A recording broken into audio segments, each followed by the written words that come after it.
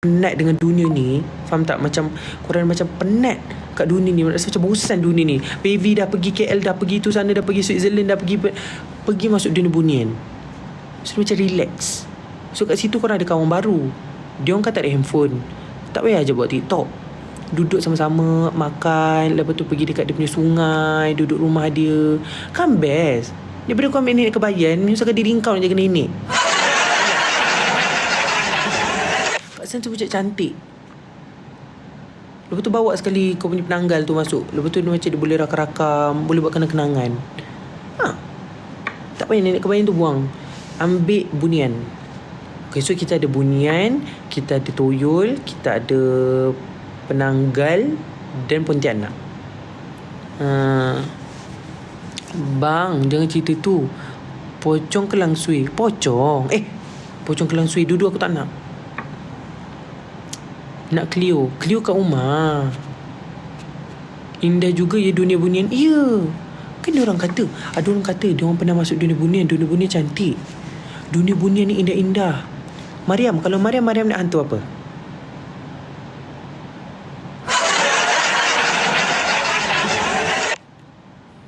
Macam Mimi Hadri ke bunian? Bunian. Sebab apa? Macam Mimi Hadri ada bulan. Nanti aku kena jaga bulan. Tak nak. Aku nak masuk dunia bunian. Okay? Macam Mimi Hadri ada anak 6 bulan. So nanti aku kena nenenkan si bulan. So tak nak. Jadi biar aku masuk dunia bunian. Okay. Cuba nanti lagu top. Nanti bila aku masuk dekat dunia bunian, aku bolehlah nyanyikan lagu tu untuk kawan-kawan bunian aku. Waludu dan ali wa tablu top ali. Pada macam wah, ya Kemal pandai lah macam tu. Ya Kemal ajaklah kawan lain. Nanti aku ajak Wahida. Aku ajak Wahida masuk dunia bunian. Lepas tu aku cakap, kau ambil je si Wahida ni, simpan je kat sini, jangan bagi dia keluar.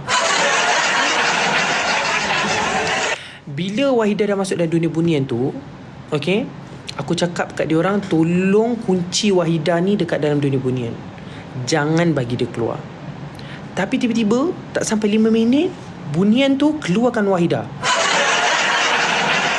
Puteri Amira, terima kasih. Nak tahu kenapa? Wahida pergi shaming semua bunian tu. Dia shaming. Macam mana dia shaming aku, dia shaming bunian tu. Dah lah buruk. Muka buruk. Handphone pun tak ada. Bosan lah. Bunian tu pun sendiri tak tahu nak cakap apa. Dia kata, kami tak boleh. Tak boleh. Ambil dia. Lepas tu kenapa ambil lah Wahida, hantar balik pergi Melaka. Lepas tu tiba-tiba dia kata